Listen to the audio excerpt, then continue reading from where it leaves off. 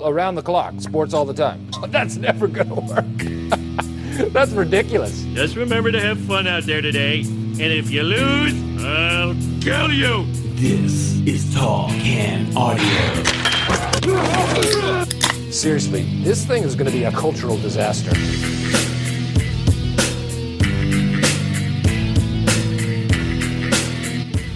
Oh, this cultural disaster is off and running once more for a Monday morning in the TCA studio in beautiful Bytown, Canada. Keep that in the back of your mind for future reference. Matt and Rob, what's going on, man? I'm still just snickering over here with your... I turned you off? I turned you off. I do that. It's been shouted, man. Yeah. I don't even wait to be told. Yes, actually. I know what's happening here. Oh, I did it again. Yeah. I've turned you off. We're on social media at Tall Can Audio, and I don't know, subscribe to the pod wherever you're hearing us right now. Do that, good listener. Look, a few different places to start, but before we look back on what happened over the course of this weekend and where we're at in the NHL playoffs, I'm actually going to hit Rob with a little surprise NBA talk. We know how he loves that. Yeah. Before Lou Dort. Before we are all out of Dort license plates. Yeah. Looking ahead, later on this week, you will hear from Keegan Matheson, MLB.com. We'll talk some Blue Jays with him, who, as you and I sit here right now, Jays up 3-0 in a series against the Oakland Athletics. We need more A's. Yes. Shove it up your A's. We'll see what happens here throughout the day in their fourth game, but a sweep here would be pretty nice. We'll talk to Keegan Matheson about the state of the Jays right now and his new book, The Franchise, Toronto Blue Jays, which drops on Tuesday, which, interestingly enough, well-timed enough by a brilliant podcast strategist. Who did that? Who helped you will with also drop on Tuesday. So that'll be... he's not a great linguist, but he's pretty good at... Other things, I swear. Only so many things drop. Yeah. We will also hear later in the week from Andy Nita. You'll learn why in just a second.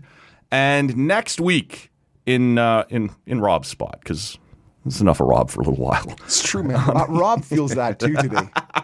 On the Monday Morning Show, Sportsnet's Kevin Mickey will sit in and co-host the Monday Morning Show next week. All of that still to come here on the Tall Can Audio podcast. But that draws us to today's beer, which is the one that was brewed by the Nita Beer Company for our 10th anniversary, which was marked on Saturday by a little shindig with some friends of the show over at Nita Beer. This is called the Beautiful Bytown Black IPA, in homage to, I don't know, what I kind of think is a bit of a hook, kind of a thing we do. I've had other people tell me it's a crutch. You don't know any other way to open the show, so you lean on that all the time. I think it's unique. I at this point, I think it's associated with the show a little bit. So that's what we titled this beer. It is a black IPA, obviously, and it chimes in at 10%, which is why I'm playing hurt a little bit today. As we record this, you might be able to hear that in my voice. I've already had somebody tell me I sound like shit, which is super. But produced by the people at Nita Beer Company. It is available now. Anyone can pick it up. Wander in there, grab yourself a can or two. Probably no more than that. I picked up 18. I grabbed 48. Yeah. We're going to keep a couple around here for some guests who couldn't make it. We'll get into the way the celebration shook loose, but we should talk about the beer, as we often do, man. I know you got your first look at it on Saturday afternoon over there. I had 3 of them. I was there on Thursday and just had a sip or two. He just wanted to, not give away too many secrets yet, but wanted me to be able to try it. So, I had 3 or 4-ish. 5, whatever. Sometimes things just land in front of you and you're like, I guess I'll drink that. It got greasy a bit. A little bit. What did you think of the Beautiful Bytown I loved Black IPA? I loved it. And it has, now I'm not sure if you didn't tell me it was 10%, there's no way. 0 chance I'm guessing that. And the term I overused on Saturday was problematically tasty, right? Like problematically delicious. Yes. Like you're right. When you're drinking a 10% beer, you need the occasional reminder as you sip on it that, hey, hey, Frank. take it easy here because this could hurt you. There is no such speed bump in this beer. Right. It is delicious. And so it's got a nice, personally, when we were knocking this around, I was hoping we would do a porter or a stout. Yeah. Andy, I don't think was feeling that quite as much. And so he was looking for, we talked about a black lager. We talked about a black IPA, like something that was going to stay true to our love of the malty backbone in a beer, right? The dark stuff. Right. And so to me, this hits a lot of that. Now, I don't get a pile of hoppiness from it. No. The malty sort of flavor comes through strongly. So I like it in that regard. It doesn't have a lot of that sort of super crisp, No.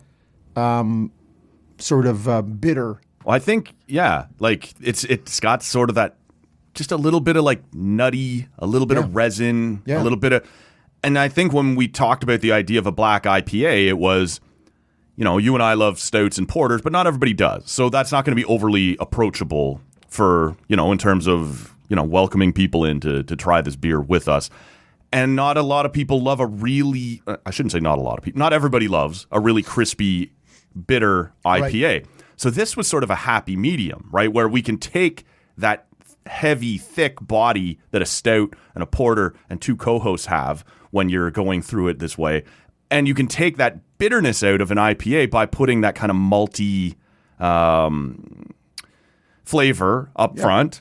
And this would be more approachable. And that went clearly right out the window when Andy cranked it up to 10%. Right. Approachability is not necessarily the term you would use to describe this, but as you sit down and sip on it, it's smooth, it's tasty. It's a little bit nutty. He did accomplish the remove the thick body thing from a stout, remove the extra crispy thing from the IPA. But it's a bit of a trip. We were advising some people who were driving when they dropped by the party, have a half pint of this and then try something else. Yeah. But if you can go in there and grab yourself a couple of cans of it, take it home, and get into it, I think you're going to enjoy it. So it's my lovely better half who was there for a bit yesterday. Way better. She had one, and to me, she's a gamer. Mm-hmm. She doesn't really love.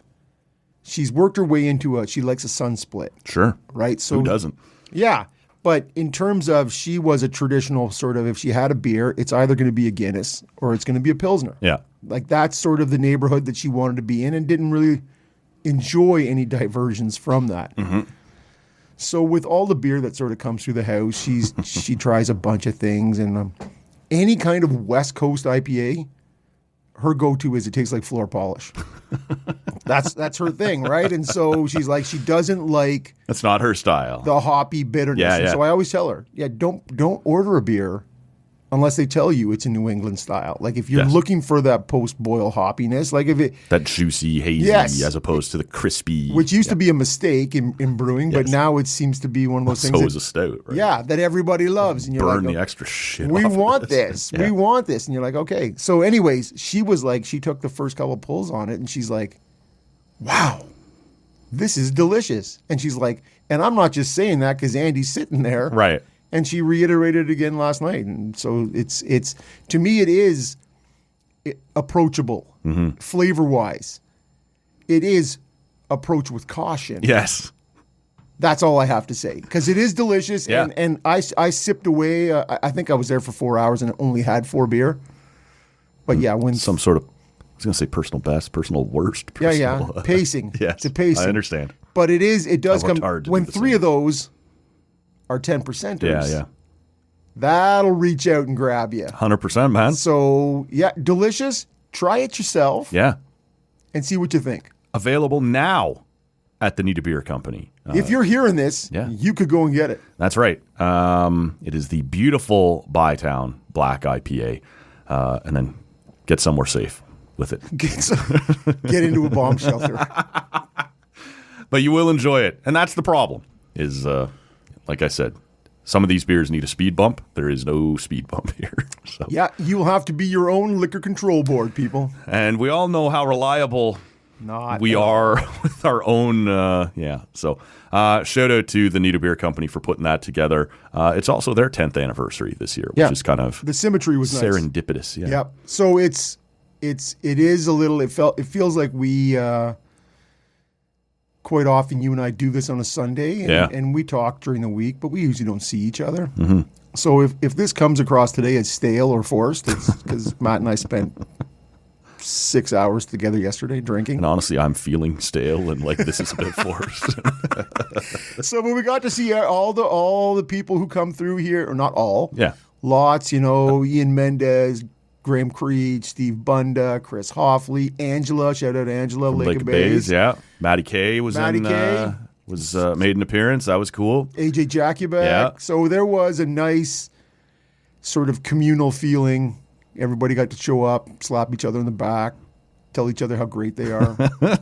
Which, we all. You and I observed from a distance, yes, TSN 1200 staff meeting. No one said Matt and I were great, but it's totally fine. We do love all the people who come in here and help make this show what it is. 100%. And we did get to see a significant number of them.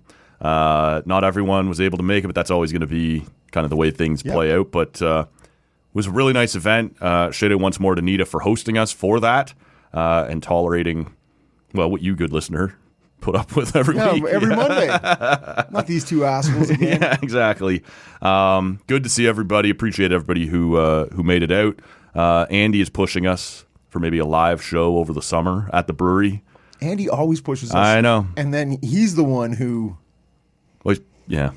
Sometimes is like, I need you guys to do this. Yes. And you're like, yeah, no problems, man. Wakes up in the morning like, it seems less important. We've all had that. Yeah, of course we have, man. Of course. We just talked about the mics just before the mics went live. You're like, let's get drunk and we'll take over the world. And you're like, yes, again. You and me, Pinky.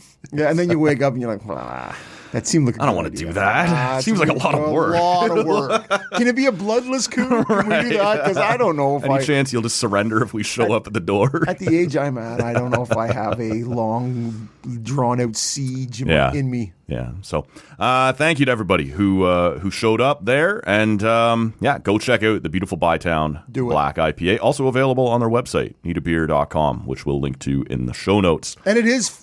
I believe a limited time offer. Oh, it sure is. And now especially since you and I took a significant chunk out of it on the way out the door. We drank a bunch and bought a bunch, so run to it. Don't walk, run. Let's talk about, I guess before we get into this Stanley Cup final, I wouldn't mind taking a brief look back at what happened in these conference finals. The look back. Everyone loves the look back. Sure. Did either of those results surprise you? I would say starting out west, I really thought Dallas would put up a better fight than that. I thought Dallas was going to win that series. So did I, honestly. And if they weren't going to win it, it was going to be 7. Yeah, 6, in that neighborhood, like a bunch of overtimes, things like that. But Edmonton has just been a total buzzsaw since going wagon match. 0-2 to LA in round 1. I think should have lost that series. They are down. Are up 12-2, I think is their record since then. Yes. Headed for another Stanley Cup final. What did you take away from... Obviously, we both thought Dallas was going to win it. What happened?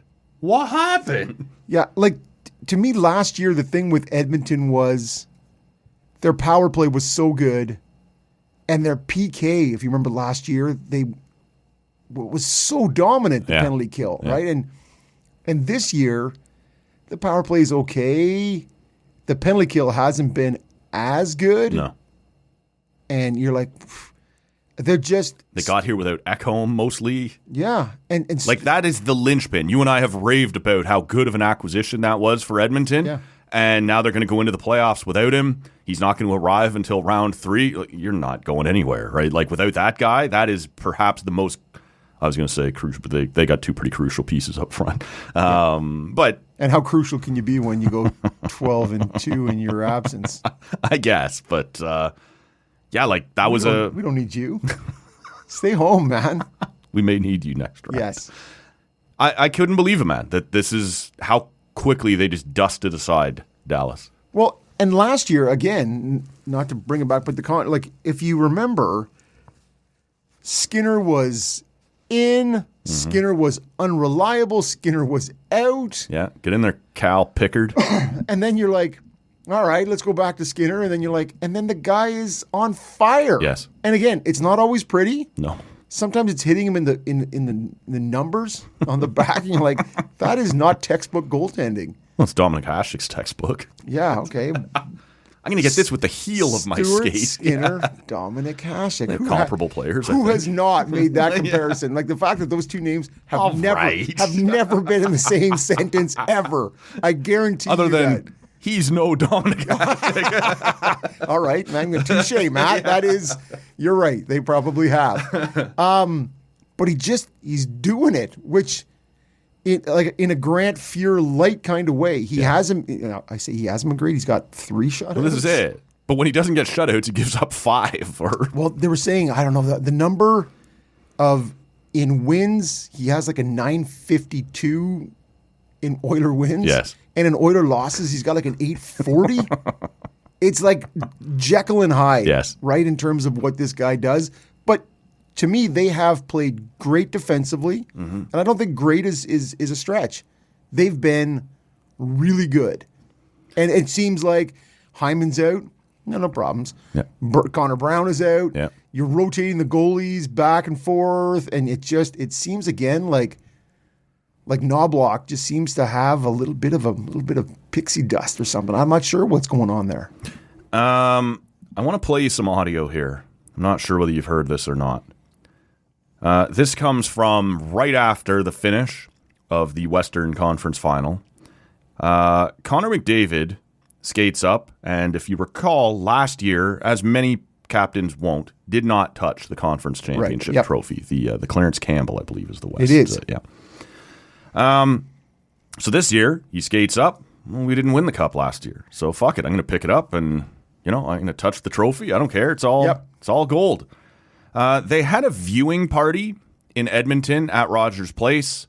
I went looking for this audio, and I had a hard time finding it because I kept typing in Rogers Arena, which is in Vancouver, Rogers Place in Edmonton, Rogers Centre in Toronto, and within the next month, Rogers Stadium in North Toronto opening up. So it's getting a little much if it wasn't already. Here is the way the people who attended the watch party at Rogers Place reacted when Connor McDavid grabbed the Clarence Campbell trophy.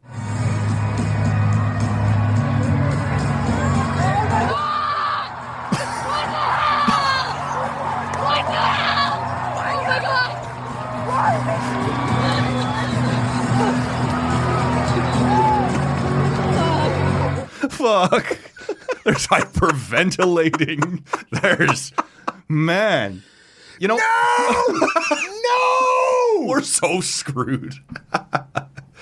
Can I just say, as silly as that is, What the fuck? I agree with. I did initially see this on Twitter from Justin Bourne from Sportsnet. How much it rules that hockey fans have this, whether you'd call it culture or superstition or whatever, that like an arena full of people all went, no, right? Like when that's fun. Like obviously you can poke fun at it, you can look at it and go, chill out, it's not going to matter. Yeah. But I think as far as hockey culture goes, I think that rules. Like that reaction 100%. in a community. It's almost universal. Yes. You don't do it. Right. And yet I got no beef with Connor doing it because obviously neither touch it or don't doesn't actually matter. Last year I didn't. We didn't win. Fuck it. This year, take the other approach. And, See, Ottawa did. Ottawa touched the Wales trophy. Okay. Fucking Alfie. And they didn't win. Didn't make it into at the his time, Hall of I'm like, Fame. see, what the? You blew it. Yes. And so I don't know if I was like that woman who was cutting through the crowd. Yes. Honestly.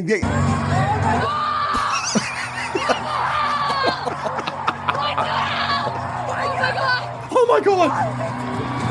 Why? She's literally hyperventilating. They've taken her child at the border. This is it. That's what it sounds like. It does sound like you're being forced to watch your family being murdered or something. Yes. Like I'm just like, oh my God. And yes, and again, you can tell the. Yeah. I don't know what to do with this. Yeah, but How again, could you? And I don't know if I would go to that extent. No.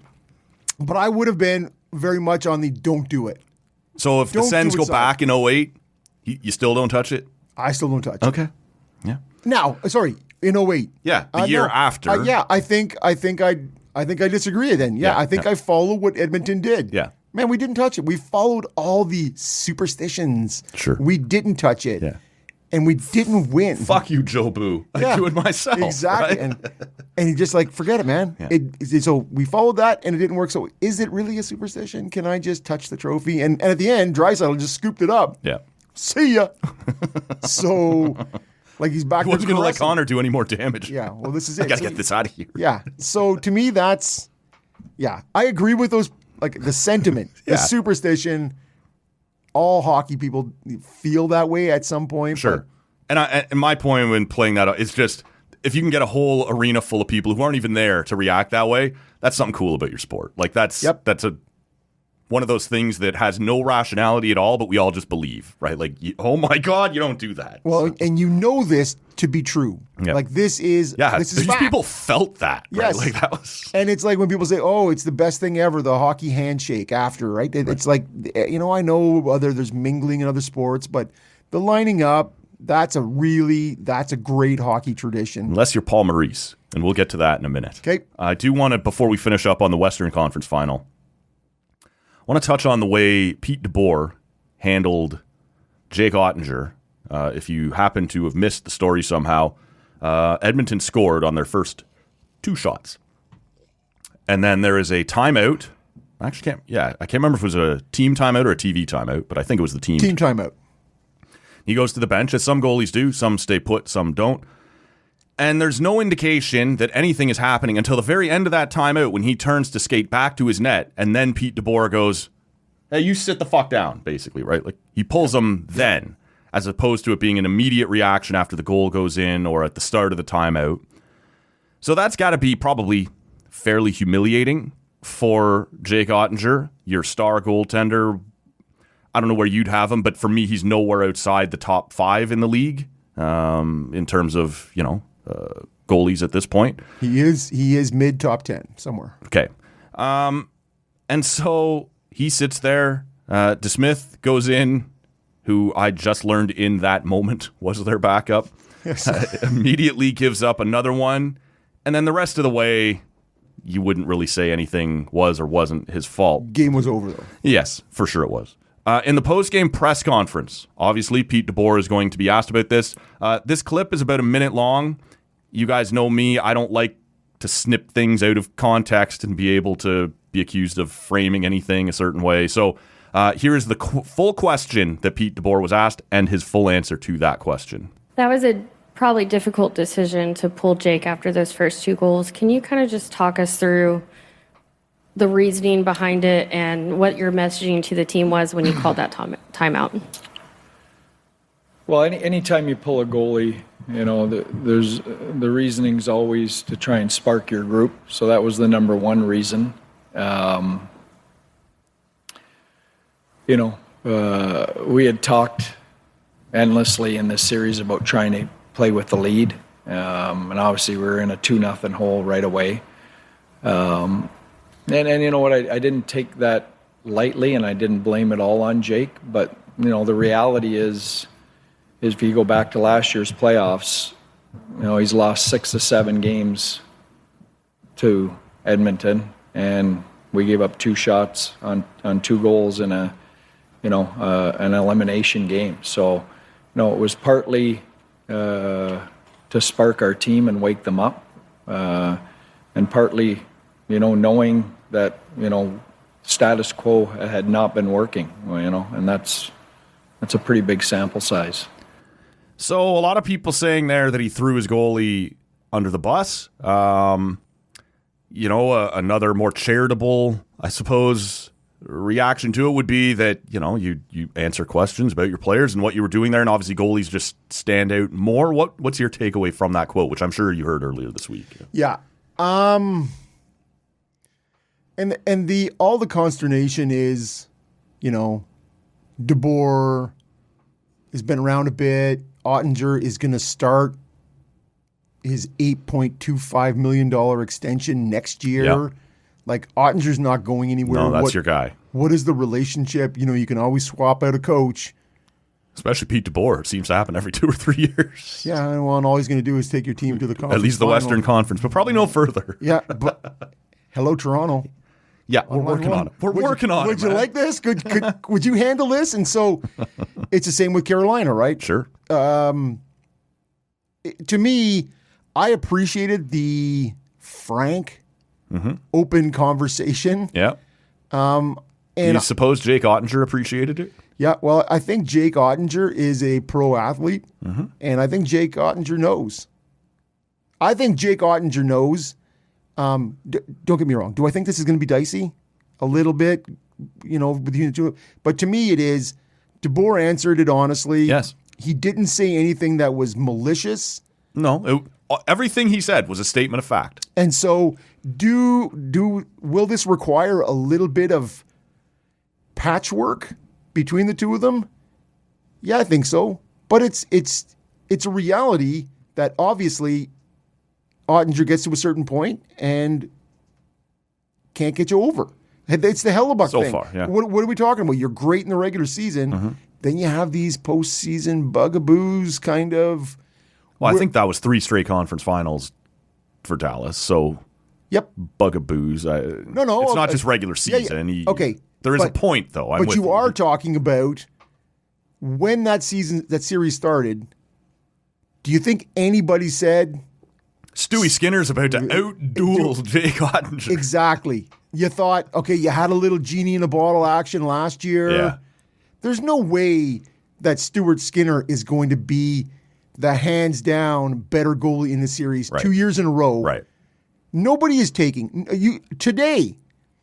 I'm giving you the option of Oettinger or Skinner. Who you taking? Of course I'm taking Jake Oettinger. Yes. So to me. Although I do think the pathway for Joseph Wall to start for the U.S. has just Yes. opened up at the Olympics. Yes, I love that. Like what Hellebuck And Stolars. did and Swayman did. You know, it's like, all right, man. You know what? The icons are falling. Send the Leafs over there. And honestly, as a Leaf fan and a Canada fan, I'm good with that. Yeah. If those are your guys. So I'm okay with it personally. Yeah. And I think they will have a couple of margaritas somewhere in the summertime and they'll hash it out. But I don't think there's going to be. It's a lot of media driven excitement, in my opinion. See, I look at it and I wonder, because you're right, like it was all statement of fact. There is nothing untrue, and he didn't maliciously come out and say our goalie stunk tonight, Sucked. or no, nothing like that happened.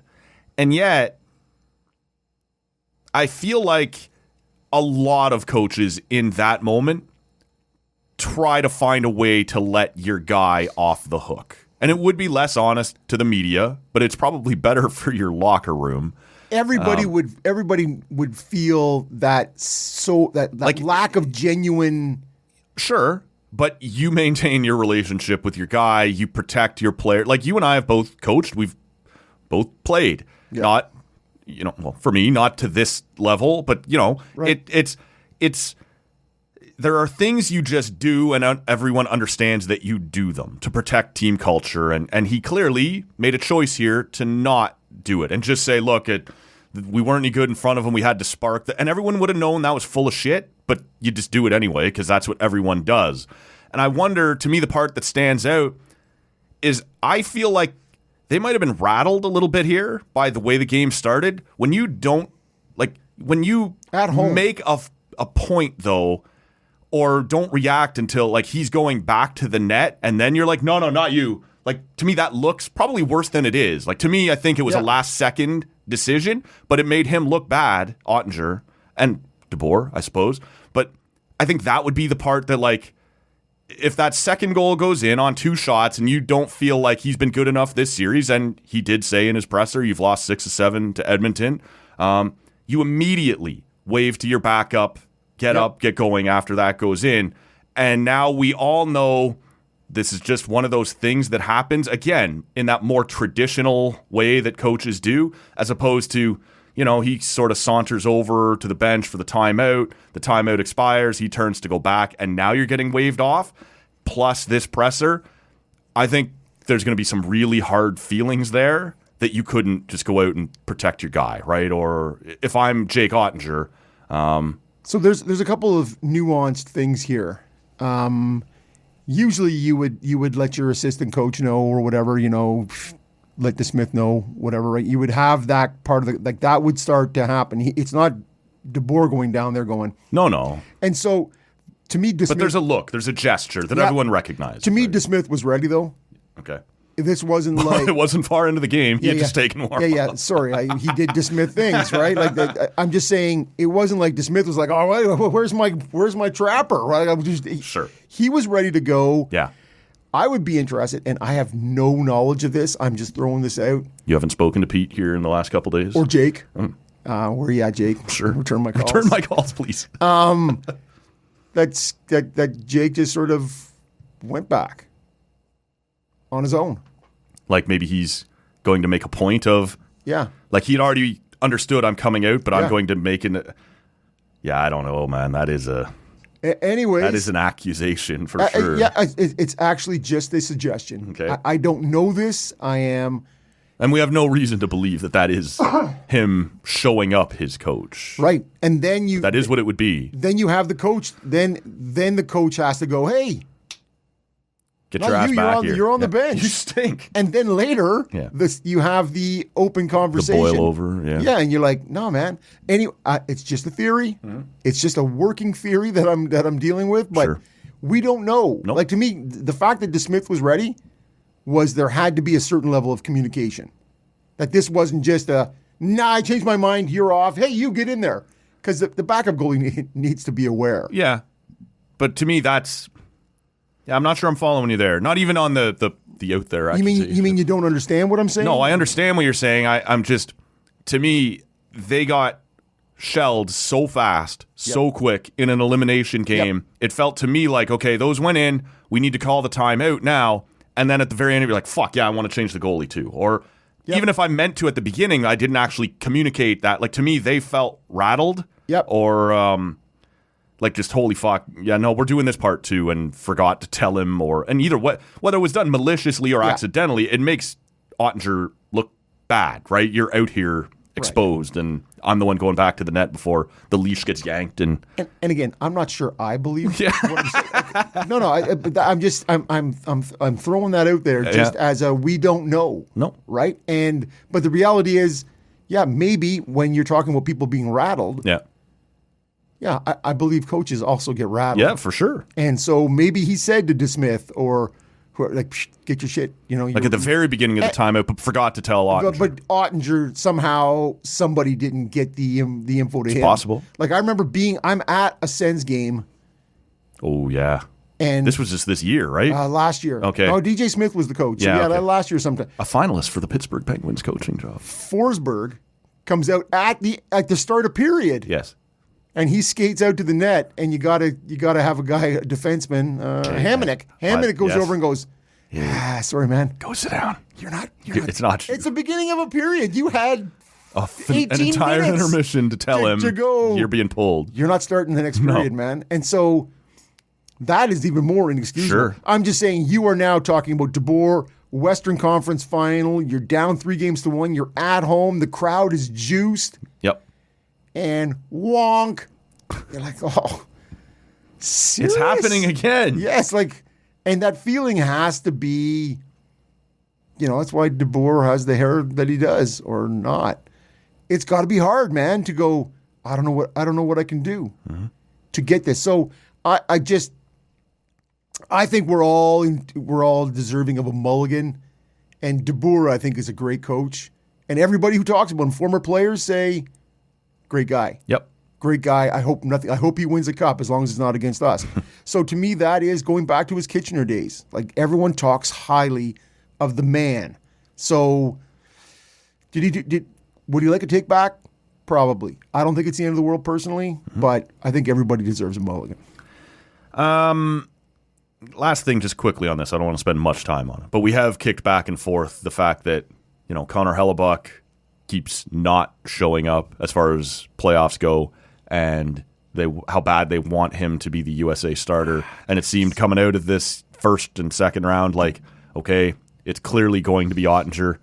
This change your mind at all? Like, you're not going to face the Oilers, which seems to be his kryptonite, but you are going to face a fairly significant member of the Oilers when the Olympics roll around next February.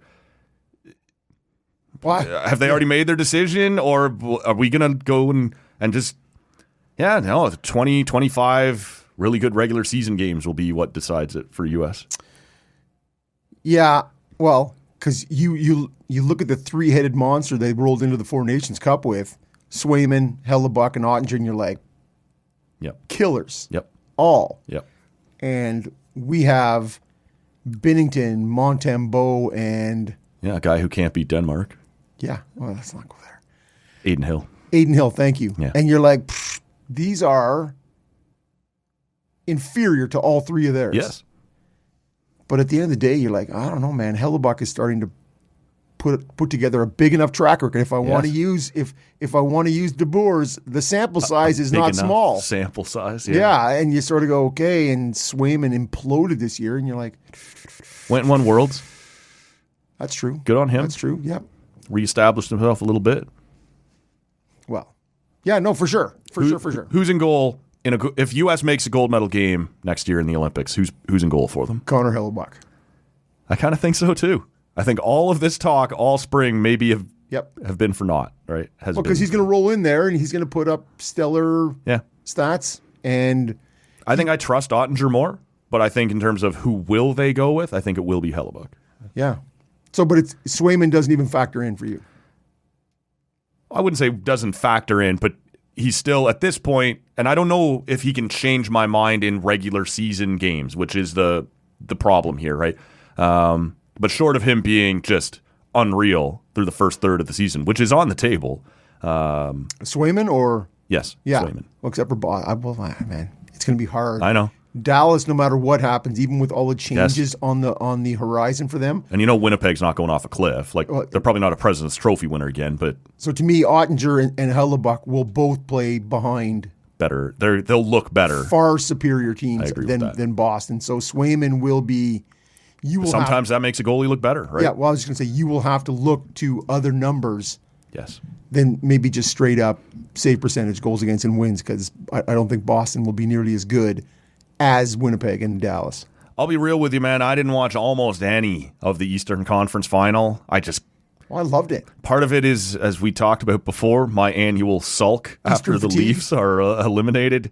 But even while I was not watching, I would see the scores and the highlights after and go, I'm not missing anything here. There was nothing that was telling me, oh man, better check in for Game 3 or Game 4. The Hurricanes largely were kicked up and down the ice.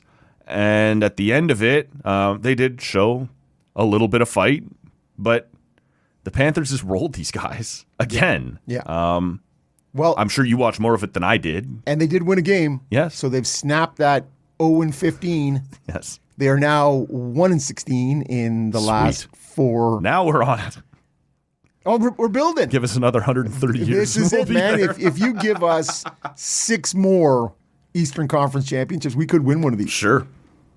Seems a bit much, but yeah, maybe it's actually 8 if I do the extrapolating.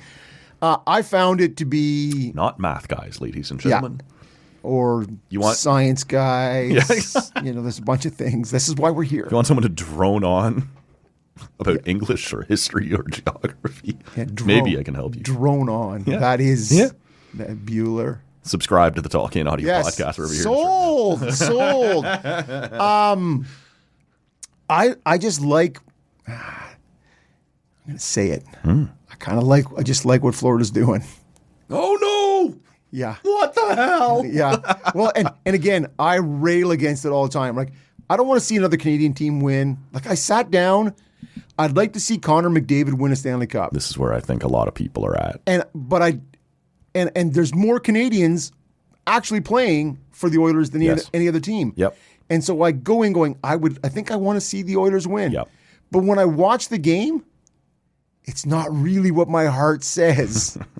Right? And then the other factor I have is I don't want to see any other Atlantic Division team do well either. Right. But somehow, Florida and Tampa, It's because they're not technically in our division. We're up here with Buffalo and Detroit and Montreal, Boston, Toronto, Ottawa. What are you fuckers doing here? no, that's the old Southeast Division, and now you're here with us. Yeah, flying over an entire other division to get here. They don't seem to be.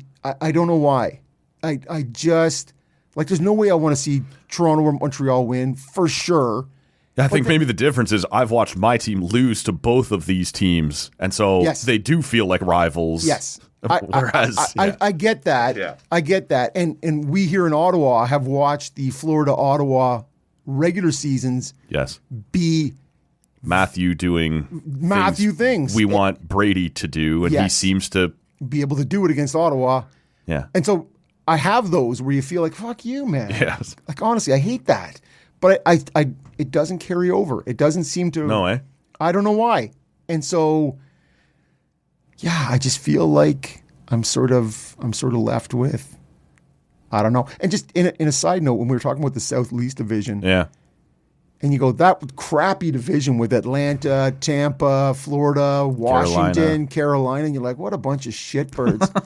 And then you're like, but of the last 6 Stanley Cup champions, you got Washington, a couple with couple Tampa, you got Florida winning 1, but going to when did the Southeast Division become right around when we broke it up? Like dominant, and you're like, because that was a shitbird division. You want me to tell you when? It was right when they all entered a division with the Leafs.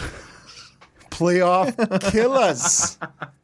We all get a free space as we step through Toronto. Where do we get the bingo card that's got the Leaf logo on it? Because we want that. Yeah. Except you're Ottawa. Well, we don't really. We'll see. We want it. We just sometimes if you missed it last week, did a little episode solo job. Could Mitch Marner to the Ottawa Senators be a thing? Why it might make sense, why it might not make sense. It's up now at tallcanaudio.com. I am being just flamed by both fan bases online right now, but it's getting some traction. Check it out at Tall.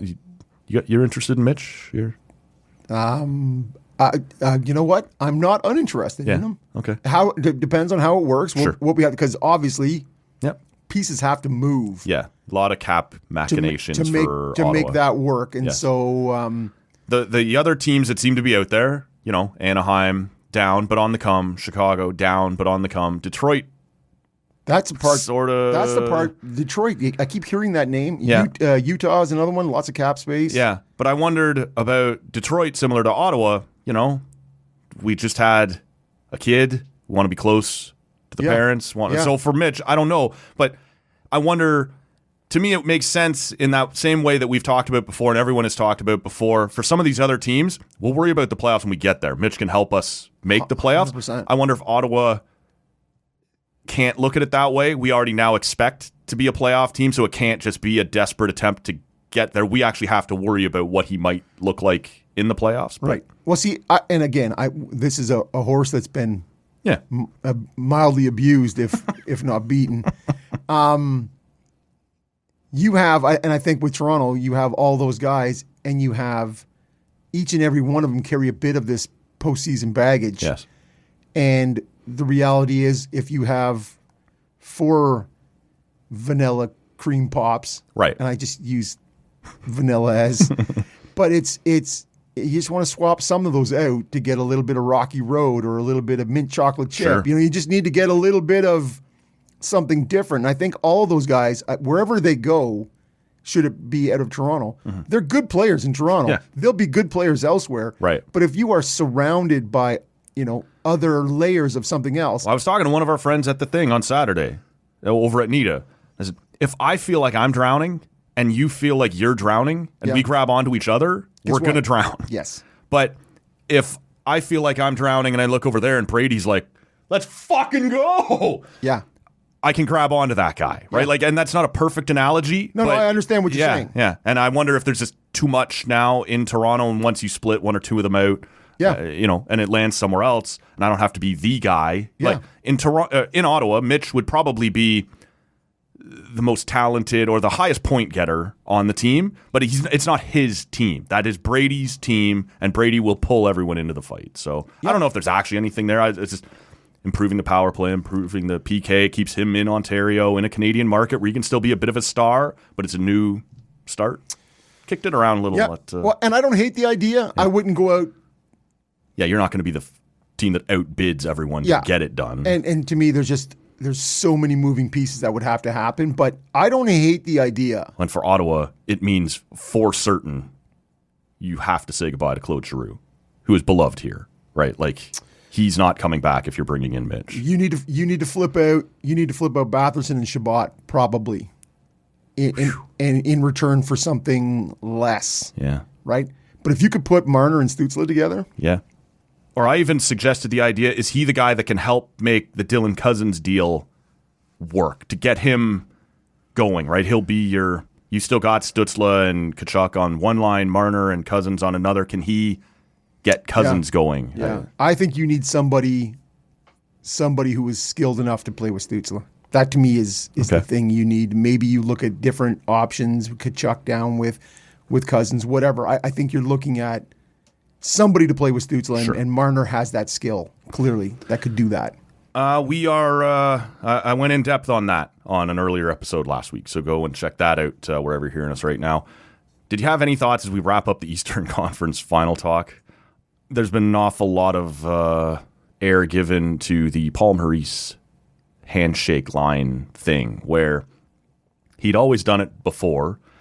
In fact, he did it against Tampa this year in round one, where he gets out, gets in the handshake line with everybody else, and then at some point he decides it's just for the players. What happened in the Toronto series? He apparently had spoken to or communicated to Craig Berube ahead of time. Right. We shouldn't do this. I think it should be just for the players, and Berube agreed with him. Yeah. Then there was, and we still haven't had this confirmed, but that there was some heat between Maurice and Brind'Amour at the end of the East Final. There's a camera shot of the two of them like on the bench, kind of. It looks like Brind'Amour thinks we should be out there, and Maurice is saying to him, no, we should do this here, and we don't know that's what they were talking about, but that's the way this played out. Look, I have time for the idea, in the Olympics, it always used to be coaches don't get medals, players get medals, right? And now that's different, but I appreciate the idea that coaches feel like a part of this, and I just went to war with these guys. I'd like to go shake their hand. I also have time for Paul Maurice's argument that, no, that was just the Warriors, just them on the ice. But it is odd that Paul Maurice was just out of nowhere.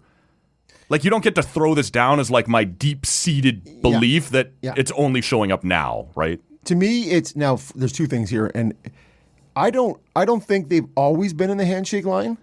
Like I recall many views of opposing coaches on the benches. You're right.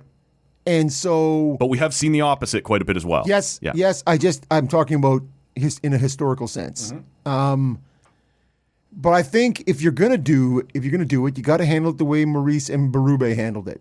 I got to know beforehand, before the series starts. Yes, or whatever. And you're like, in a game 7, it's easy because it's not like I'm coming to you before a game 5 going. But if you wait till game 7, Rod, guess what? Somebody could have been eliminated in game 6, and we haven't yet figured this out. This is it. But I'm just saying anybody could win in game 7. It could be you or me. Yes. It's not like I'm coming to you. That's right. Where it's 3-1 me, and before the game going, hey, if you lose tonight, when I kick your ass, tonight, let's not shake hands on the ice. Let's do it. Yeah. So you got to do it beforehand. In my opinion, that's the thing. And did Rod not play for Maurice? Like when Maurice was coach, so they would have this good point, man. Pre-existing relationship, and you'd be like, fuck you, man. Like, don't come to me now with this. Because the other thing is, if I'm Maurice and I have decided and made it known to the other coach, or even not made it known to the other coach, perhaps more appropriately, and I lose, and even if I've said to you, I'm not going out to the handshake, and now I turn and walk off, I look like a sore loser, right? Yeah. Like, so you do have to find a way to communicate this. Yes.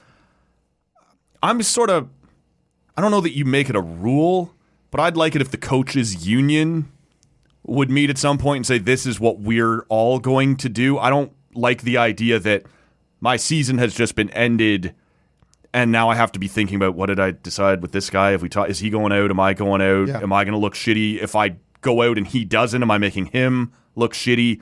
I think like making it a rule is overstating it, but we got to have some sort of understanding here that we are a part of this or we aren't. And I'm honestly fine with both, right? Like, I got no beef with a coach who wants to go out and shake the hand of a defense core that just, shut his offensive strategy down or whatever.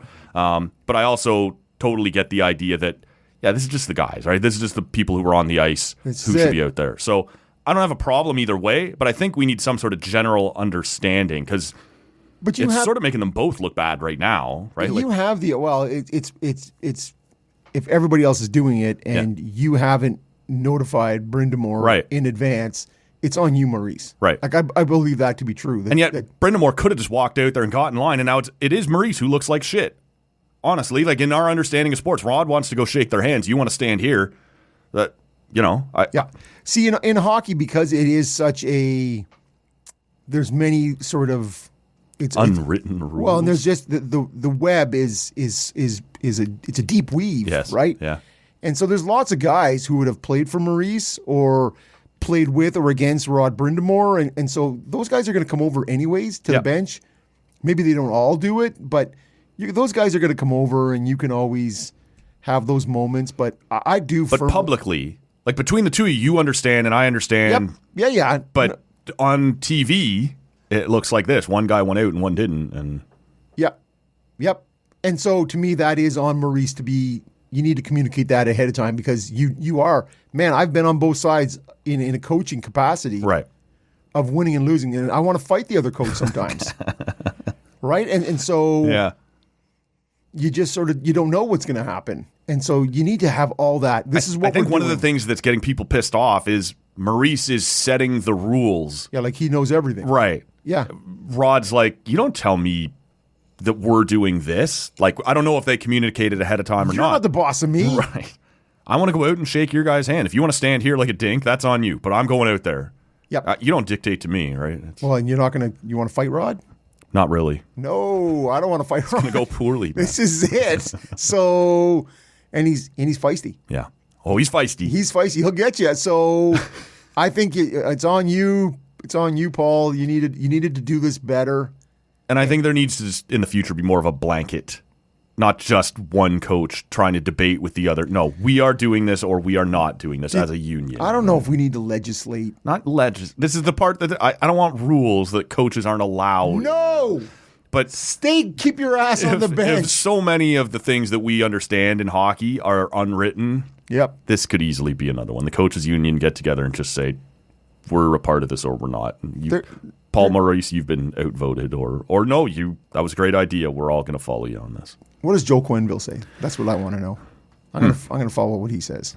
Okay. Oh, wait. Yeah. Nope. Change my mind. Yes. Change my mind. I'm back on the Maurice bandwagon. Why don't we take a break here, and we'll come back, tee up the final, a couple other things to talk about here on the Tolkien Audio Pod. But my beer is light at this point, which is a problem. Yeah, it is. It's a problem. It is indeed. But what are you going to do? The beautiful Bytown Black IPA, available now at the Nita Beer Company. Delicious. Check it out. Do it. The teams are combining for under 19% shooting, and there's a throwaway. Morris into the crowd, spilled the beer. And will they cross the line? They do. Morris is dripping with beer. Pabst Gold style or some Schlitz maybe, who knows? He's just soaked in beer and and it's in the guy's hair. It's in the guy's hair. Your Bledsoe with a three. No.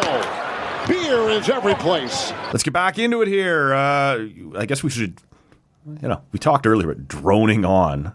We will get to the Stanley Cup final, which starts this week. We'll have to tee that up. But what are you going to enjoy here on the second half of the podcast? Because I can't imagine you're running it back with another 10%er here. No, I am not. No, I have crazy. I have. I purposely looked through the selection I had at home and went, what do I have that is going to accompany a multi 10% IPA? Something that will be kind to the back end of the pod and my back end this morning. Yes, well, Monday morning. And tearing the curtains back, tearing. Yeah. It's. We're recording slightly earlier. Yes. So I got things to do. Yeah. So I'm going with something from Side Launcher. Oh. I am doing a 4% Saison. Saison. So I'm hoping I don't traditionally love a saison, but the ABVs fit the bill. So we're going to see, but a nice Coast sort of home yeast-forward farmhouse ale kind of in a saison. I don't always love the sort of peppery, slight notes of banana that come with it, but I am looking to, as you suggest, coast a bit. So I'm gonna give the saison, I'm gonna try it again for the 5th time or 12th. Yeah, we talked about this off the top of the show that, we're recording early because I have to empty out the rest of the house. We've sort of, I referenced that it'll be Kevin Mickey next week doing this remotely to co-host the Monday morning show. To keep everybody up to date on the disaster outside the studio. Oh, no! And there are 2 disasters. Outside the studio door and then outside the front door of the building at this point. But yeah, what you and I finish this up. There's got to be a little work to be done around the condo. And then I'll record with Keegan Matheson. And that'll be the last thing done here in the studio for a week and a half, 2 weeks. Of course, we will still be here, but things will be shuffled around a little bit. We'll be on the move. So that's why we're recording early today, and that's why the next couple episodes they always have just a slightly different sound. I think we're getting better at recording remotely. For sure, way better. Yeah, but not perfect yet. It's still... the remote stuff now sounds way better than the initial... In-person stuff. Honestly, man. We did, I heard you talking to somebody about it there on Saturday over at Nita. Angela. I had a conversation with somebody as well. Yeah, it's unlistenable, episode 1 of this show. It makes me cringe hard. And we have, in the past, I think it was episode 1000, I think I put just 30, 40 seconds off the top of here's what, and I can't listen to it, man. It's not good. The takes, the audio, the everything. Who are those ass clowns? I think we were, by the sounds of it, wondering that about each other. You'd swear we'd never met before. So, yeah. Well, in the early days, you go, "Good day, sir. How are you?" Who's listening? How many people are listening to this? My mom. That's about it. And then you're like, and after a while, which is what you really hope is that you talk like nobody's listening. This is the idea. It's the pub table. Sometimes that's not wise. Because sometimes you say crazy shit when people aren't listening. Yeah. So... Even now, we're both sitting here in front of very large broadcast microphones. It's pretty clear people are going to be listening. Sometimes crazy shit still gets out there. Yes, well, and I remember my sister-in-law saying, "You say some crazy shit on that show." Because you had a montage. It was a summer, and you came back, and there was 5 or 6. Yeah, right after Labor Day, your first. You had taken a bit of a couple of weeks at a cottage somewhere, and then I'd been away for a couple. So it would have been a month and a bit, and so we did a welcome back, Rob. I just found all the craziest shit you'd said in the last year. You're like, wow, you say some stupid. And I edited it fairly unkindly. Yeah, but those words did come out of my pie hole, so you got to wear a bit of that. It's true, man. So what do you have going on over there? I'm wanting to coast a little bit as well, obviously. So I'm going back to one that I have not just had many times before, but have raved about many times before, the Vimy Stout. Yes. A little lower, obviously, on the alcohol percentage. Which is just about any other beer. Honestly, yeah, from where we just were. So I've shouted them out a bunch of times. They do a lot of things well, but to me, this is still the best top stout shelf I've ever had in Ottawa. So. Okay. Or at least traditional stout, right? Yep. Other people are experimenting with things, trying things. I appreciate that too. But just a straight up craft stout, check out Vimy. So, yes, for sure. Yeah. This beer is, in terms of a saison, it's going to sound unkind, but it's not intended that way. It tastes very light. Okay. Which, for me and a saison, that's not a bad thing, right? At 4%. The things you don't like about a saison are not blasting through. Are muted in this. Okay. Right? And so, to me, that, as I suggested, that sort of peppery, yeasty kind of slight notes of banana thing that I normally get. The things you associate with the farmhouse side of a saison, are very much muted here, and so it will be an easy pull and a coast home from here. So beauty. Now I did get my May delivery of craft beers from around the. I would imagine, since it's June 2nd. I know, but it comes in the last week. Oh. It always comes out at the end of the month. Okay. So there was one, it said, that was a collaboration between Anderson Brewing and Dominion City. Interesting. So I'm like, okay, I can't wait. I can't wait to see what. Is this going to be the strong and free? Yes. Yeah. And then when I got it, I pulled it. And so because Anderson does everything in a small can, Right. I'm like, the glorious and free, and it's in a small can. Yeah. What are we doing here? Yep. So, because you and I have spoken about that, loved the concept, loved the idea of the collaboration, all Canadian, everything about it. But the beer was only okay. And now you're giving me it in a small container that is not okay. Yeah.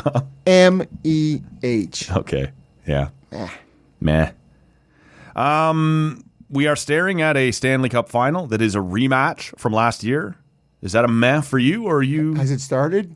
No. Is it already on the go? Wednesday. There was up and dust going. on my eyeballs, Matt, in terms of like, what are we doing here? Too long of a break in between. If was it the Western one that wrapped up? If that had gone one more game, it was actually going to be pushed back to Saturday. We're actually getting this 3 days earlier than the league had planned.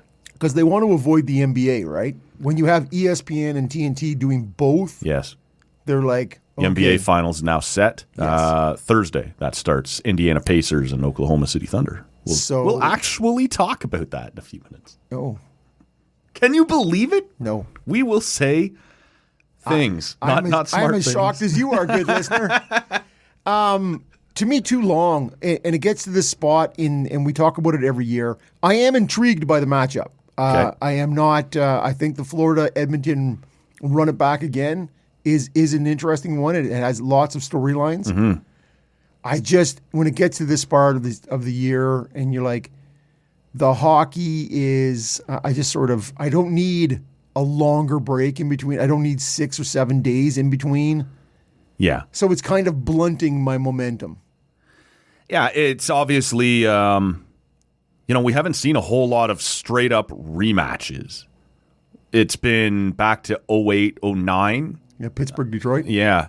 And before that, the famous, 80s Oilers versus the Islanders. And I can't remember, that was 83, 84, 84, 85? 82, 83.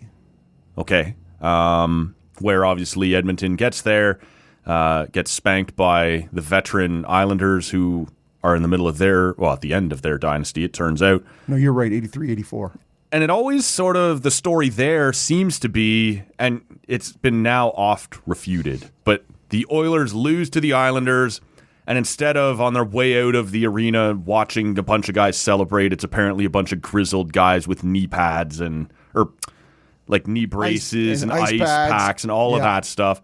That has been refuted a little bit, but apparently that is part of Oilers lore that, okay, we've now seen what it takes to win this. We're going to learn how to win. And we face off again next year, and the Oilers get it done. So it's not often that we see back-to-back, we've seen plenty of teams go to back-to-back finals, but we have not seen many back-to-back rematches.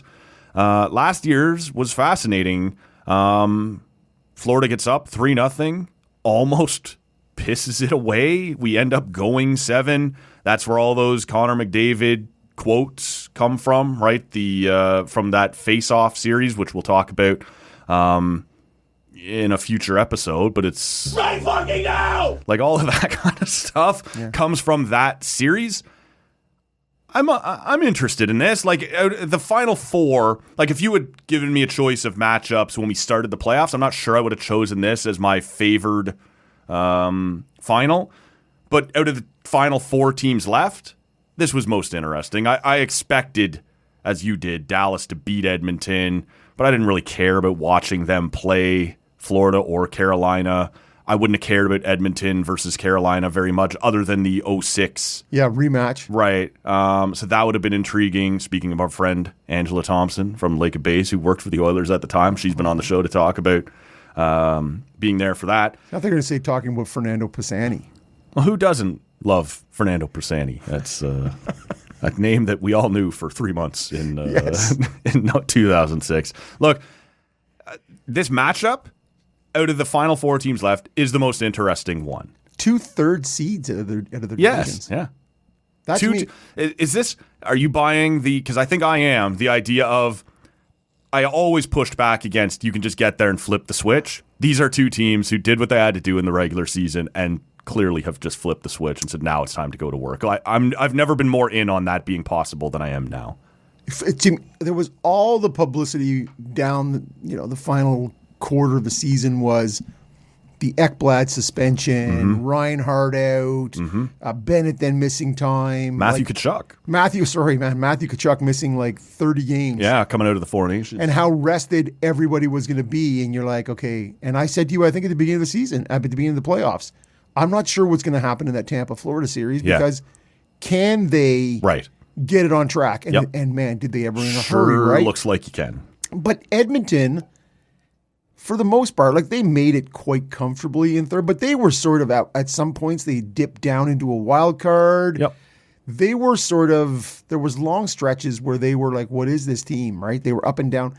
They weren't getting talked about nearly as much in the turn it on, turn it off. We're just trying to get to. No, you're right. We know we need to manage this season. You're right. What I just presented is kind of hindsight. Right. It didn't feel like that with Edmonton, that they were doing that or that they were managing and they were just trying to get to the playoffs and then they were going to flip that switch when I have no other option than to believe that is what's happened because the team is – everything they do seems to be working right now. Well, we did talk in the first half of the show about them going 0-2 against LA. Maybe it takes a minute to flip the switch. Maybe it doesn't happen right away. I don't know.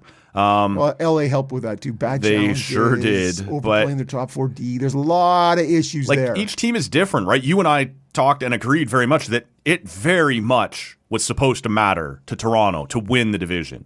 Yep. They don't have the culture or whatever you'd call it that these other teams do, having gone there before, having done it before, having known what it takes.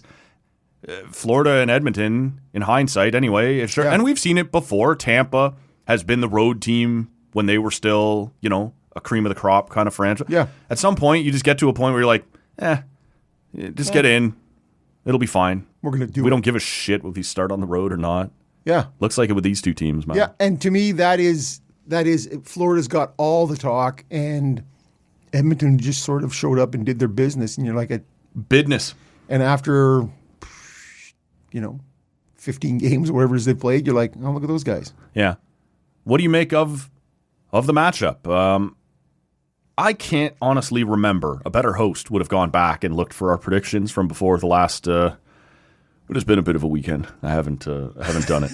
So I've been sidetracked. I can't remember what either one of us predicted going into last series. Maybe I picked Florida. Maybe I picked Edmonton. I know I would not have picked Florida to have jumped out to 3-0. And whatever happens after that was insane. But I'm sure I didn't have it that lopsided. You mean predictions from last year? Last year, yeah. I think I went with Florida. Okay. Yeah. What do you think of it this year? You feel any different? I think Florida's going to win. Yeah. But as I said, I thought the Kings were going to win. Yeah. I thought the Golden Knights were going to win. That's right. And I thought Dallas was going to win. Okay. And I think Florida's going to win. Okay. And in every series. Congratulations, Edmonton. Yes. A trophy coming your way. And in every series, maybe not. Even in the first one. Yeah. With Darcy Kemper, I thought the defensive structure the Kings played with, that the better goaltending and better defensive structure was on the other team. Yes. And in every series, more or less, Edmonton has shown that to not be the case. Right. So I don't know. I don't either. And I had this conversation with a couple different people on Saturday, sports talk, heads talk sports. And sports nerdlingers all in one spot. I said I have no idea how this is going to play out. If you were going to force me to put money, I would probably take Florida. And it's just based on their history, what they've done, having Bobrovsky over Skinner, all of these things. And yet, I can't remember. I might have taken Edmonton to beat Vegas, but I was not picking Edmonton to beat Dallas. And who was their first round? And what? Yeah, I think Dallas. Even before they went down 0-2 to LA, I think I had already said this might be LA's time. They got home ice and they've been whatever at home, right? That unbeaten streak they had there all year. I don't know. They're 12-2 now since see any team that's had any success, and it's really in the 2 wins, and even for the better part of Game 3 against the Kings, the Vegas win, the Dallas win. Yeah. Less so on the Dallas win because that was a really power play driven. But for Game sure, 1, like the opposite of the gentleman's sweep. Yes. We're going to give you one, and then we're going to kick the shit out of you then for we're 4 games. taking it from you. But in the first 2 rounds, any success that the other team had, it's getting the pucks in deep on the Oilers. Yeah. Saul's Ekholm defense. Florida's going to be there all the time. Yes. Like that is you are Zone time king. You are not going to force Florida to deviate from their game plan. Right. Like they're going to do what they're going to do. Yes. So that will be the part where if you can force Edmonton under pressure, which to me the Stars didn't do so well. No. For a team that was supposed to be 3 lines deep and be able to roll. It's funny, hey, like late in that series, Jason Robertson did get going. Like he was the guy that everyone was waiting for, and it still wasn't enough. Like because nobody else is doing anything else. I guess, yeah. Right? You go, okay, spotlight's on you, but I'm here. What's everybody else doing? Hey, where'd you go? Yeah. So to me, it's one of those things where you go, Dallas looked very pedestrian. Yes, they did. And Did Edmonton this is it? do that to them? Or did Maybe. Or did Jake Oettenger and the rest of the crew cough it up. not show up and grasp the ring, right? Like, and it's always never one or the other, right? There is that crazy combo where we always want to sort of look and go, those guys sucked. Sure. It's their fault. Yeah, It's we their want a fault. definitive answer to what happened. Sometimes it's a little of each. Right? You want to put so much credit on the losing team not doing enough, whereas you quite often overlook the strengths of what the Oilers have done. And so I still feel like what Florida does, they are going to dictate this series. In better goaltending, better upfront depth, and I just think Hyman's gone down now, right? Like we don't know. It doesn't sound like they didn't slam the door completely on him coming back, but it sure sounds like his playoffs are over. And it's him and Nugent Hopkins who are sort of the bridge between the very elite top end, obviously, of McDavid and Draisaitl. And then we have these other two, and then sort of our bottom 6. And their bottom 6 has been pretty good. Your Adam Henriques. But we can sort of spread out a little bit with these bridges. If we need to place one on the top line and one on the second line, that's fine. Or if we're going to play McDavid and Draisaitl together, we can play the bridge together on the second line and spread it out a little. Or we can go deeper than that if we need to. Because they're going to see, somebody's going to see, you load them up, somebody's going to see the Barkov line. Yeah. Right? And if you put both Draisaitl and McDavid together, you allow the Barkov line to blanket them. And it's a legit thing. We've seen it now enough times. There is a large sample size of how good a 200-foot game they bring. And so to split them up and to be able to do it successfully, that will be... This is the ongoing thing always in Edmonton, right? Together or apart. Like, this is talk radio fodder. Like, is this the right time to... I'd split them up. But, you know, we'll see. I'm curious. You sort of alluded to this in the first half. A guilty pleasure cheering for Florida a little bit or grasping a hold of and enjoying what they're doing. You know, it sounds like we're both picking Florida to win this, although maybe not confidently. Do you have is that your rooting interest? You will be following Florida and the way they do things? I'll have to do it quietly in my house. Because everybody else is so smart, so pro Oiler, yeah. And decent human beings. Yes. Whoops. Yes. I just like the greasy nature with which Florida plays. Like I wish that was how my team played. Sure. I think it's concussing goalies and slew-footing people in the corners and getting away with it. Yeah. Are there penalties called on it? Nope. No. On we go. Then it's not a penalty, man. Then we're good to go. Wasn't that an Alfie thing? I say that with tongue wickedly in cheek. There was an interview you and I talked about the Alfie hit from behind on Tucker. Yep. And I can't remember where it came from now, but it was around his Hall of Fame induction. It was like, well, if it was a penalty, they would have called a penalty. Right. I think is all he said. Sorry, did the whistle go? I didn't hear the whistle. Good answer, man. Yeah. No, for sure. For sure. Yeah. But I admire if that's, Sure. the greasy nature with which they play. Yeah. So I will be probably cheering for Florida. What an asshole. Yeah. It's true, man. It's true. No one outside of Greater Miami. If the lederhosen fits, put it on. Now, at the end of the day, will I be distraught? Right. Like if you can play the clip of that woman, if we can isolate that. That will not be me. That will not be me. Okay. But if they win, you'll be like, it's a great story. You know, Cup comes back to Canada. Wonk, wonk, wonk. Yeah. But I think at the end, I'm leaning towards the Panthers. You are not, I take it. No. No. I can't get there. I can't cheer for the fucking Panthers till two of them sign in the 416 over the summer for way too much money. Our friends over at TSN 1200 ran one of their daily polls a week or two ago that said, you know, in a final like this, you're looking at Edmonton, reasons to or not to cheer. I can't remember exactly how they phrased it, but it's the last Canadian team standing.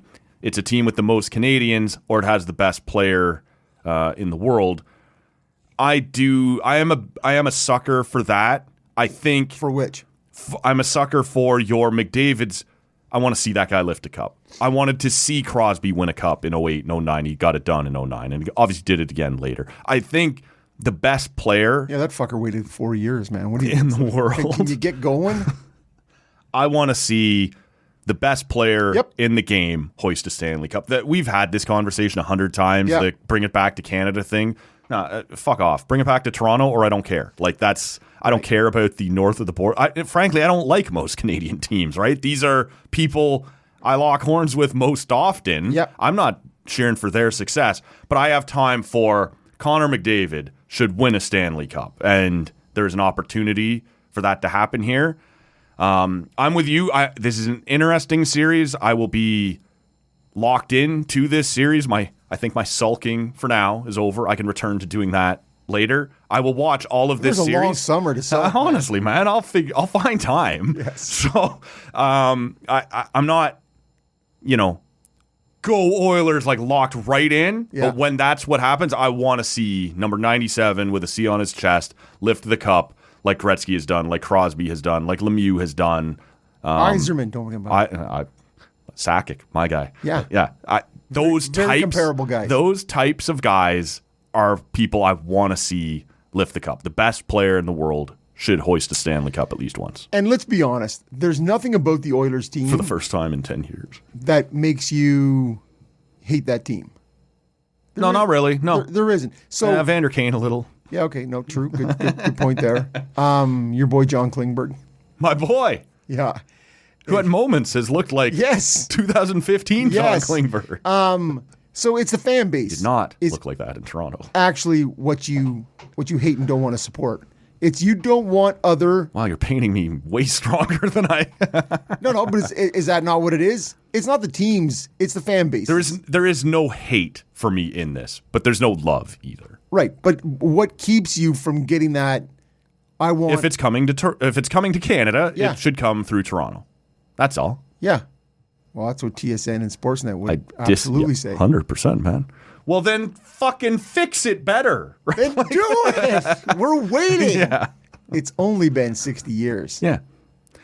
I kind of hate Vancouver's fan base Yeah. and Montreal's. And Toronto's. You hate Toronto's too, man. Let's be honest. Little bit. Yeah, there is a lot of that. And honestly, some of that's a lot of inward looking, Yeah. like self-loathing. Man, there's a lot of stupid people in this fan base.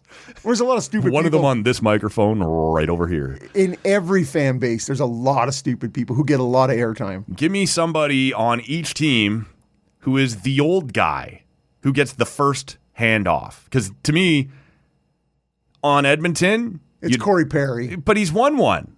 Yeah, So- but he won one. It was 20 years ago. Yes, he did against 18 years ago. I don't know, man. I can't remember. yeah, no. I think it was just my Buffalo. But to me, that guy, yeah, it might be him. He is the old vet, the graybeard, the whatever you want to call it. But he has won a cup, so that it doesn't really apply. You look on the Florida side; they all just won it last year. I think it's Seth Jones. I guess, does he fit that Well, he's like not you're all old. looking for the Ray Bourque sort Yeah, of, but that guy doesn't exist either. Or last year they had Okposo, I believe. Yes. He was there, a guy who played 22 years or whatever. Yep. And, there isn't I one think of they those. gave it to Bob first, though. I think he was 35. Yeah, okay. Yeah. But to me, there isn't really. Seth Jones is the guy. He's the who's- only guy on Florida you could go with. He doesn't, to me, fit that stereotypical box of Because Brad Marchand also Has some 2011 Cup. just one cup. Singular. Yeah, no, you're right. You're right. And so, Fuck you. yeah. And your one cup. Yeah, well, and his DQ and whatever else. DQ, baby. Yeah. And I totally get that. I just had a peanut butter parfait the other day. Dynamite. Loved it. So Yeah. I think you are looking at Seth Jones with no cups, playing in a bunch of places Doesn't where. fit for me. I know, but so to me, what do you got? Nothing on Florida. I got nothing. It has to be him. Yes. It almost feels a little like the old guy pass off has become a crutch to not have to be like from our most important guy to our next most important guy, like Yeah. to force everyone to line up in order of. Looking around, going, "Where's Reinhardt? Right, Where's exactly. that Blood?" But if it's Edmonton, I'm probably going to land on Jeff Skinner, who's suddenly back in the lineup now that's- old guy, not old, but old enough. He's been around. He was out of the. Played 2 of their 17 games. I'm with you, but I don't know who else. Yeah, I didn't even think about him. To me, I'm ruling out Perry only on the basis that he already has a cup. What That's all. about an Adam Henrique? Yeah, he probably fits. He's been around. No Part of cups. that would be, and Oilers fans would know better than us, how vocal maybe he is in the locker room. Like, is he part of the leadership group, or is he still kind of, on the outside? And he was a really good, like a top end second line player, Yeah. right? Like he was, Yeah, oh yeah. and between Anaheim and New Jersey, like he was a guy, and so he's sort of in the back, like way in the back half of his career. He's kind of faded. He might be the guy. That's a good call. So I just wonder Brett if Kulak. well, he's got lots of love, right here in He's this, had a great in this playoffs in Ekholm's absence. What about Stetcher? Stetcher's got a lot of love too. Not old enough. People's okay. These are very arbitrary Yeah, lines. I get it. I'm shitting on your Troy Stetcher. I'll give you a Jeff Skinner. Well, to me, I know, he fits a little I know, more. but you're just like, how about at the end of the day, you're like, just give it to Draisaitl. this is it. How about we just go with the next best player, Yeah. McDavid to Draisaitl, and then you give it to Bouchard, and away you go. Is there anybody else you can think of on the Edmonton side of it? We just Probably gave you RNH. He's half been the roster. RNH was, part of that stream of first overall picks. The Niall Yakupovs and he survived Taylor RNH. Hall. He's got to be 32, 33. yeah, he has. You know what? That might be that's probably my guy. Fuck you, Jeff Skinner. I'm giving it to RNH. Okay, I think there's lots there. He went through the suffering. As AJ likes to say, the 10 years of, what do they call it? Darkness. Yes. The decade of darkness. So, yeah, RNH Also may be good. The Tall Can Audio 10th anniversary Yeah. year. Well, and it's Decade of- right there in that beer. Yeah. Hey, that should have been the fucking title. There's a decade of darkness right Andy, reprint, please. Yeah. So, but a decade of deliciousness. Huh? Like If there's it's all- the beer, I'm not sure if it's the show. Yeah, no. You and I found it Yes, delicious. it's true. And we found a lot of things that sort of in hindsight, maybe not. Yeah. So that, I don't know, we've given you a half dozen. RNH for me. So Pick a guy. If Edmonton wins, who's getting it first? I feel like I'm painted into a corner here now, so I'm going to go with Adam Henrique. Okay. There you go. I think we should talk some NBA. Woo! I've been waiting. When is somebody coming to me for my NBA takes? I woke up this morning and went, I got thoughts. I can't wait to talk basketball today. Let's do it. We have now seen over the last couple of weeks, this has been on my, you won't be surprised to see that, this has been on my agenda for 2 weeks now, and it has been the thing that I keep pushing down and down when we get into others. That can wait. It's always the basketball thing. SGA, Shai Gilgeous-Alexander, given NBA MVP. Given sounds charitable, but I don't know. Give it to that guy. he also wins Western Conference MVP. Is that a thing for you? Do you wish the NHL would do that? To me, that's too much. Like give each. We need one playoff MVP. I'm with you on this. That's it. Okay. In the NBA, they do a West and an East MVP and then a Finals MVP. In the East, interestingly enough, it's Pascal Siakam for the Pacers. Spicy P. Yeah. Love that. And I only bring these things up to further my point and see if there is a point here. It's been 7 years since an American has won NBA MVP. Right. Giannis has won it twice. Jokic has won it twice. Joel Embiid, who, despite defecting to the U.S., is actually from Cameroon. And now, SGA.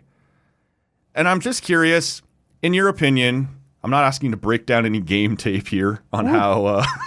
You're missing out, Matt. I'm just curious what, if anything, that particular stat says to you, that it's been 7 years since an American has won NBA MVP. Speaks to the global nature of the game, right? I think when you go back to the Dream Team in 92 and how it was just such an obliteration of everybody else. And what a big 30 years it's been for international basketball. Like you have all these great players that come out of Argentina or Brazil and Spain and Eastern Europe, obviously, former Yugoslavia, right? It just, and obviously we watched that gold or semifinal last year at the Olympics, where that was a battle, USA and Serbia.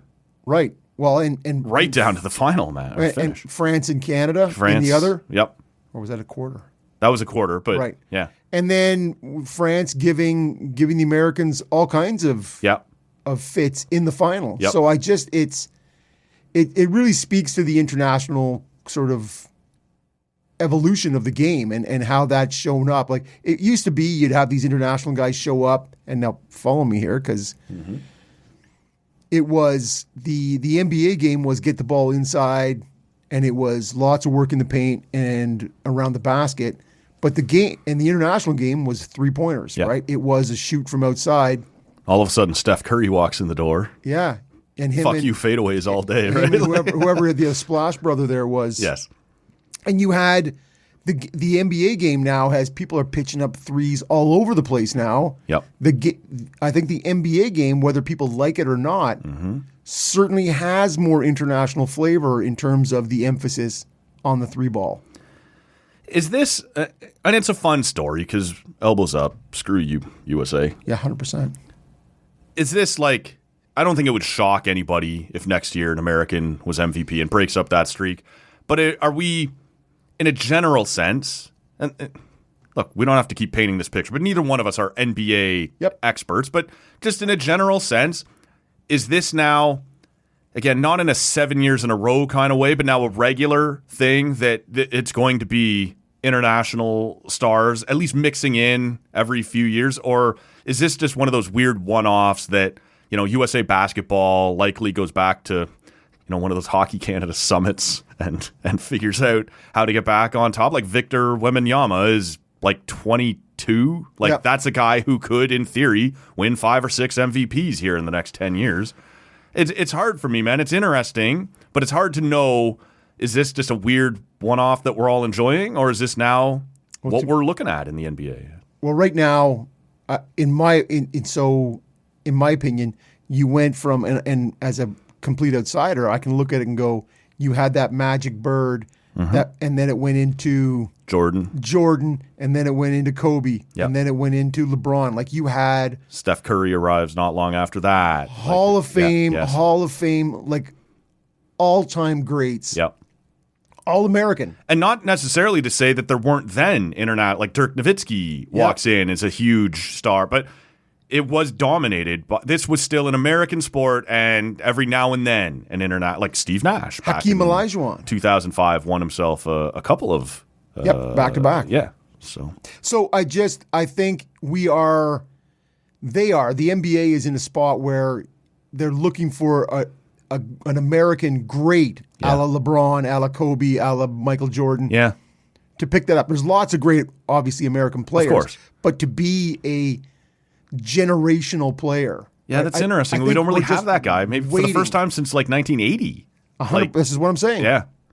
So I just wonder if when you look at the guys and there is so many teams that are driven by international players that you sort of are in this spot where they're waiting for the next Jordan or Kobe. It's just or like LeBron. Luka just arrived in the Lakers. If they can get him right and his fitness and whatever, like that's probably your guy. Stop drinking beers in between quarters. Yeah, not in between podcasts. Yeah, no.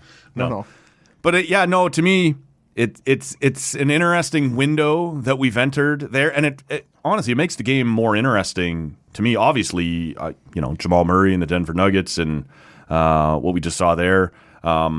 It was him versus SGA. That's kind of fun as a Canadian. I'm curious just to dive into that for a second. SGA right now, you could make the case, is the best player in the game. It's not a clear-cut He just won case. the MVP. That's it. Yeah. There it is. And then the Western Conference MVP. We'll see what's going to happen here. If that's a thing.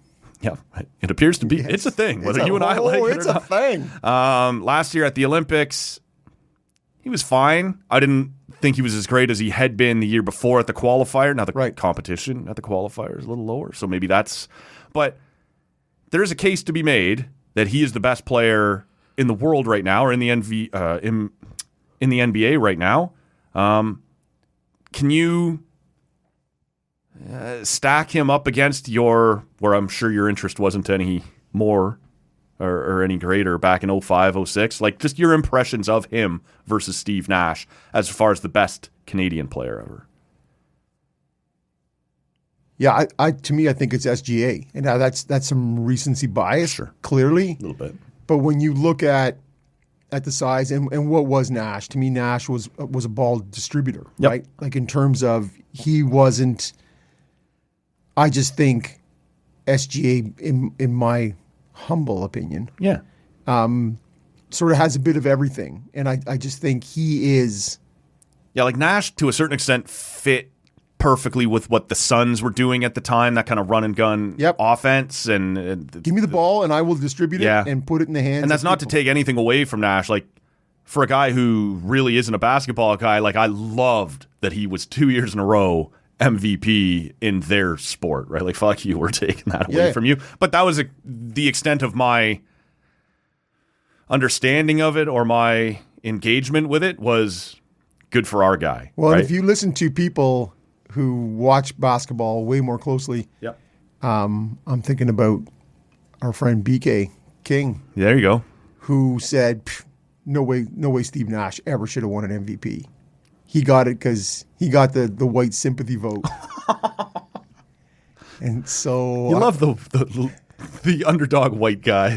White men are traditionally underserved. Yeah. So I thought at the time that's a bullshit take. Yeah. But it's a take out there. Like, do you think if SGA was an American, he'd get as much shade as he gets for being a flopper, drawing fouls? Well, this is it. Like, he's taking a bunch of shit for how they call it, like the free throw merchant or whatever. Like, his numbers are behind Kobe. Like, are behind in terms of his free throw attempts. He's not getting the same trips to the line. So I do get it I just don't know that officials in the moment are taking that into consideration. They do take into consideration stars. Right. But well, nobody, like, honestly, stars do. Like LeBron, man, if anybody came close to him, don't breathe on him. Yes. Yeah. Foul. Right. But I don't believe in that moment anyone's thinking nationality. Right. No. I'm not saying. But fans after the fact are able to look at that and go. Fans to me are, and so that was my question. Yeah. On social media and the like, would he draw as much heat if he was American? Right. I don't think he would. Probably not, especially where things are right now. Right. I think they look at that and go, nah. If that guy wasn't American, we wouldn't be talking about this. I firmly believe that. When the NBA finals are going on, I'm not going to ask you. I'm assuming you're not going to be watching.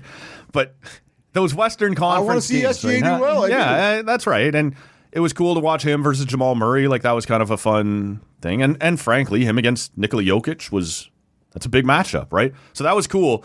I would check in. I'm not going to claim I'm watching these games start to finish, but when the baseball game or the hockey game I was watching would end, I would tune into the West and watch a bit of him. And Like, that says something here, just as not a basketball guy. He's at least got my attention as, like, this is a Canadian player, an MVP, and, you know, perhaps, again, people smarter than me in this sport are saying the beginning of an Oklahoma City dynasty. Like, this, it's not just him. Like, this team is young and exciting, and I'm sure the NBA is not looking for their next dynasty to be in Oklahoma. Well, but they were New York or they were LA also would be great. It's Oklahoma City is a small city. That's it in terms of competing on only got a team when Seattle left. Yeah, fell apart. And, but you are talking about they've just been pillaged over the past 10 years of any star quality, right? Mm-hmm. And they bankrolled all those picks and. Well, they had Durant there for a while, and he decided, like, that's the first step. I don't want to be here. And so it just seemed like a small market. Yeah. People leaving, don't want to stay there, and they got these picks. Get the drafts picks, yeah. Yeah, and now you got this Canadian guy, small market. Love it. And so to me, I'm not going to say it's going to be must-see TV or but you're more likely to watch it. I certainly am. Than you would be another. Because I do like, as a guy who's a supporter of a small market team. Yeah. I'm interested. You got the Canadian content. You have the small market thing. I'm interested. Indiana, Oklahoma. There's your NBA Finals. No big market in this one, but some interesting names. So I don't know. We'll keep an eye on it, and if the Canadian wins, we'll talk more about it. If not, fuck it. Yeah, we'll see. Shout out to SGA. That was incredible what he's done thus far, and just for the hell of it, shout out to LSG. As long as we're throwing around. Yes, acronyms and of course, so. Your hat and your pints are coming. Love it. We'll wrap this one up here. Hope you all have a fantastic week. As I said off the top, the beautiful Bytown Black IPA available now at the Nita Beer Company at 190 Colonnade Road here in Ottawa, or you can order it online at nitabeer.com. Links to all of that will be in the show notes. Anything else, ma'am? Yep, it's delicious. Yeah. Go ahead and get it. Yeah. But proceed with caution. Get somewhere safe. That'll be it for this one. Stick around. You're going to hear from Keegan Matheson this week. You're going to hear from Andy Nita this week. Next Monday, Kevin Mickey from Sportsnet will be here. There might be a little more from Rob mixed in there along the way. So stick around for all of that. Subscribe wherever you're hearing us right now. And we'll talk to you next time. See ya! I've got nothing here. You're giving me baseball and hockey, and I got my keister blowing in the wind. That made to look like a fool here. That shit's dumb. I don't want anything to do with this place. This place is run by a bunch of children.